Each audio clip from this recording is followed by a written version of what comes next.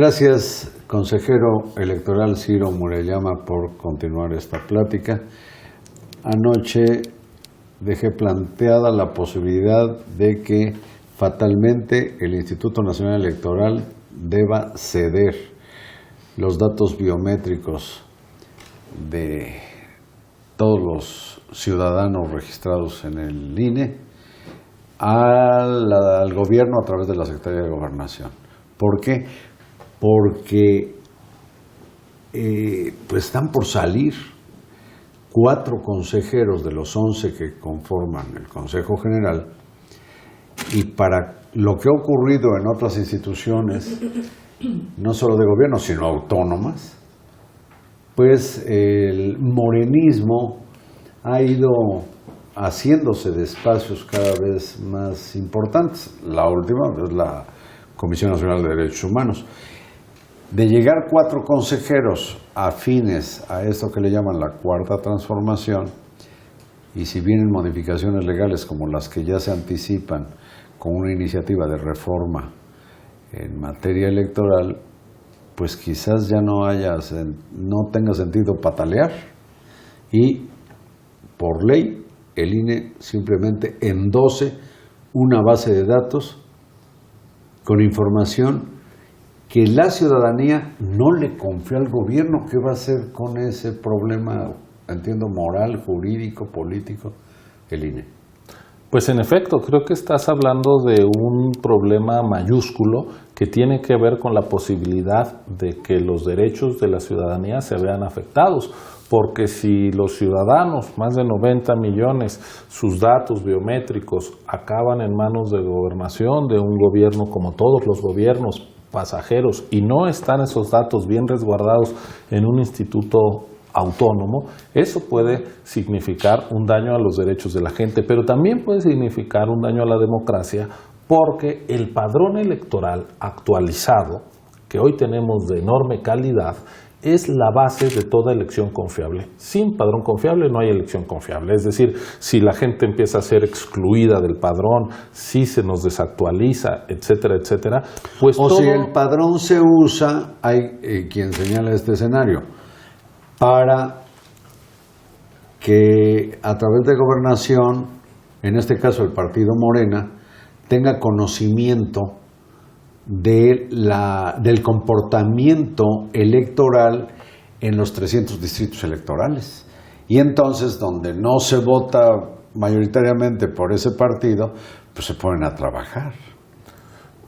Creo que hay un riesgo en el sentido de desandar lo que hemos construido. El padrón en manos del gobierno sería un retroceso. Así lo demuestra nuestra historia.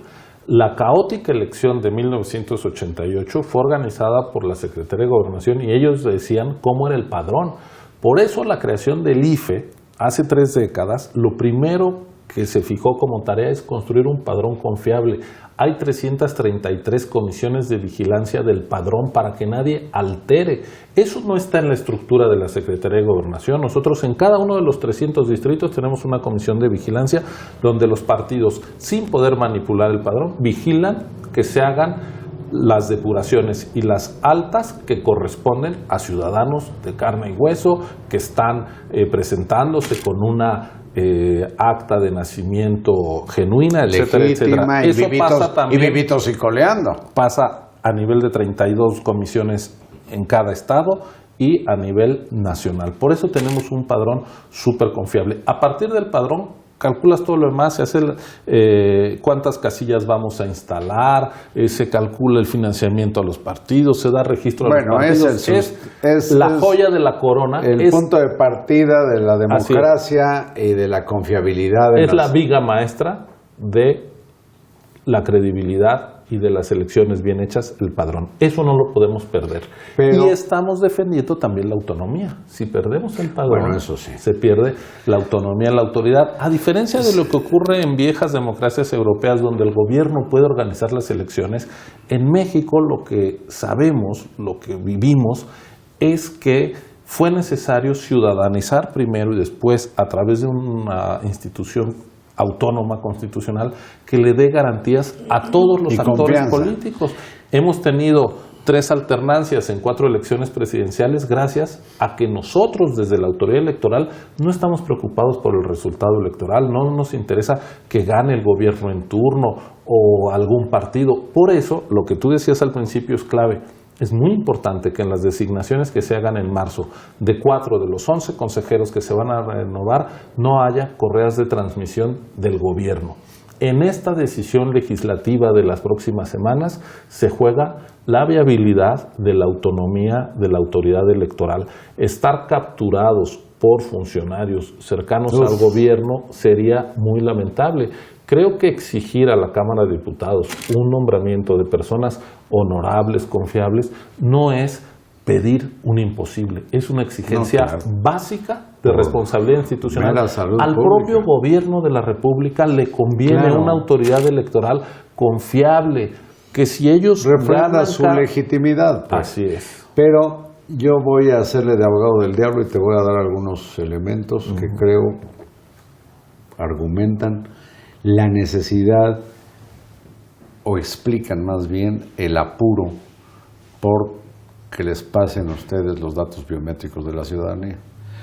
Hay problemas terribles derivados de la violencia galopante y un titipuchal de desaparecidos. Entiendo que el INE de por sí ha colaborado como ha podido en la identificación de restos cadavéricos y fríos.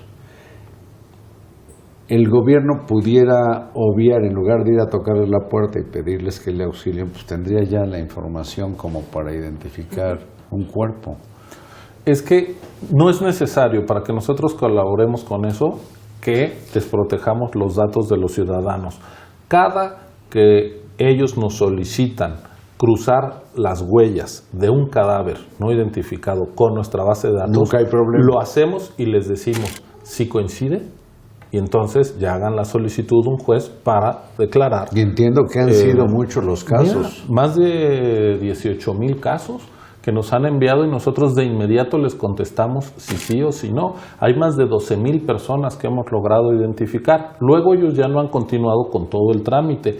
Hay alrededor de 1,500 casos que ya se han cerrado. La verdad a mí me sorprende que no lo hagan de manera más ágil porque detrás de cada persona desaparecida hay una familia rota. Entonces nosotros tenemos ya casos que hemos identificado de huellas dactilares que coinciden con gente que está en el padrón y a su familia le podrían decir tu familiar está muerto porque el cadáver se encontró y las huellas coincidieron con... ¿Y de esto no está enterado el gobierno? Sí está enterado, lo que pasa es que entiendo que no tienen suficiente personal, es una de las consecuencias de creer que la austeridad está por encima de los derechos. Yo no escatimaría en recursos para que hubiera suficiente personal para estar dando atención a las víctimas, pero para eso no necesitan el padrón. Nosotros tenemos toda la disposición de colaborar, es un tema muy sensible, aunque nosotros no tenemos ninguna responsabilidad en materia forense ni de procuración e impartición de justicia, pero con nuestros registros administrativos, con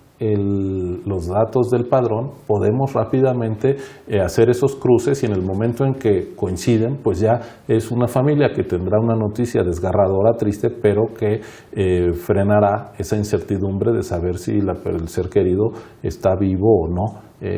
Yo creo que el Estado no debería de ser omiso ni lento en atender a las víctimas. Pero a ver, Ciro Murayama, si entiendo bien, la Ley General de Población obliga a que exista una cédula de identidad para todos los mexicanos.